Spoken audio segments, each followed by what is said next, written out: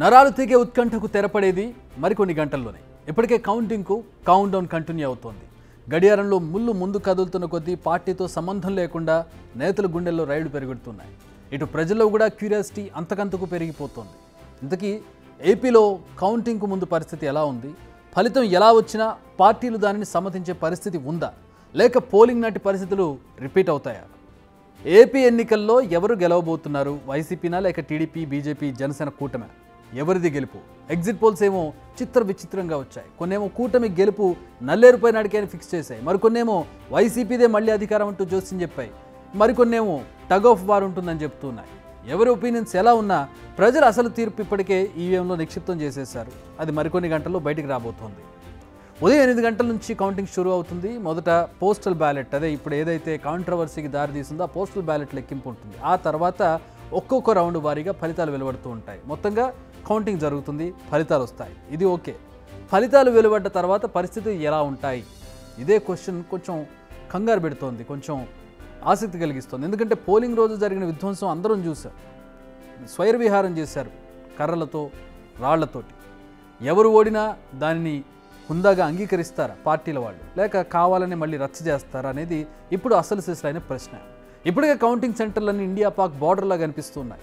3 అంచెల భద్రతను ఏర్పాటు చేశారు పోలీసులు. కానీ ఎక్కడో లోపల ఒక రకమైన భయం అనేది ఇంకా అక్కడ స్థానికుల్లో కనిపిస్తుంది. ఏమో ఎప్పుడు ఎలా జరగబోతోందో, ఏం జరగబోతోందో. ఎందుకంటే ఇటు వైసీపీ కానీ ఇటు టీడీపీ కానీ ఏదో ఒకటి చేసి దానిని అవతల పార్టీలపై మోపే అవకాశం కనిపిస్తోంది. ఎందుకంటే పోలింగ్ రోజు అదే చూసాం మనం. ఇప్పటికే వచ్చిన ఇంటెలిజెన్స్ రిపోర్ట్స్ కూడా ఇదే చెబుతున్నాయి.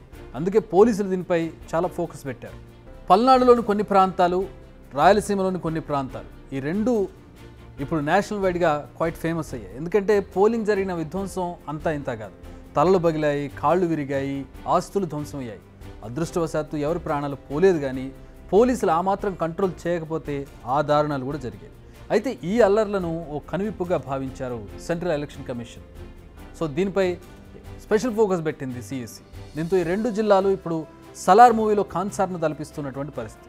ఏ రోడ్డుపై చూసినా ఆయుధాలు ధరించిన పోలీసులు, సెంట్రల్ ఆర్మ్డ్ ఫోర్సెస్, ఈ బలగాలు కనిపిస్తున్నాయి. ఇంత గతంలో ఎప్పుడు ఈ స్థాయిలో భద్రతను ఎప్పుడు ఏర్పాటు చేయలేదు. ప్రతిరోజు ఏదో ఒక ప్రాంతంలో ఫ్లాగ్ మార్చ్లు, మాక్ డ్రిల్స్ నిర్వహిస్తున్నారు. ఈ 2 ప్రాంతాల్లోనే కాదు, మొత్తం రాష్ట్ర వ్యాప్తంగా పోలీసులంతా హై అలర్ట్లో ఉన్నారు. కౌంటింగ్ రోజు ఏదైనా విధ్వంసకాండ జరిగితే ఎలా ఎదుర్కోవాలో ఇప్పటికే అన్ని జిల్లాల ప్రజల కళ్ళ ఎదుటే మాక్ డ్రిల్స్ నిర్వహించారు పోలీసులు. కేసు చిన్నదైనా పెద్దదైనా రౌడీ షీట్ ఓపెన్ చేస్తామని ఇప్పటికే వార్నింగ్ ఇచ్చారు. రౌడీ షీట్ ఓపెన్ అయితే మాత్రం చాలా దారుణమైన పరిస్థితులు ఉంటాయి. గతంలో అల్లర్లలో పాల్గొన్న వారు అందరిపై రౌడీ షీట్ ఓపెన్ కానుంది. నిజానికి వారంతా ఇప్పటికే జైలులో ఉన్నారు. ఇక వాళ్ళంతా కోర్టు చుట్టూ కచేరీ చేయడం కన్ఫర్మ్గా కనిపిస్తోంది.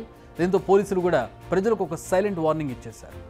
సో ఇప్పుడు ఏపీ వ్యాప్తంగా కౌంటింగ్ ఎలా సాగుతుంది అనేది చాలా ఇంట్రెస్టింగ్. కానీ దయచేసి ఒక విషయం మాత్రం గుర్తుపెట్టుకోండి. ఎన్నికల్లో గెలిచేది ఒకటే పార్టీ, అధికారం చేపట్టేది ఒకటే పార్టీ, సీఎంగా పగ్గాలు చేపట్టేది ఒక్కరే.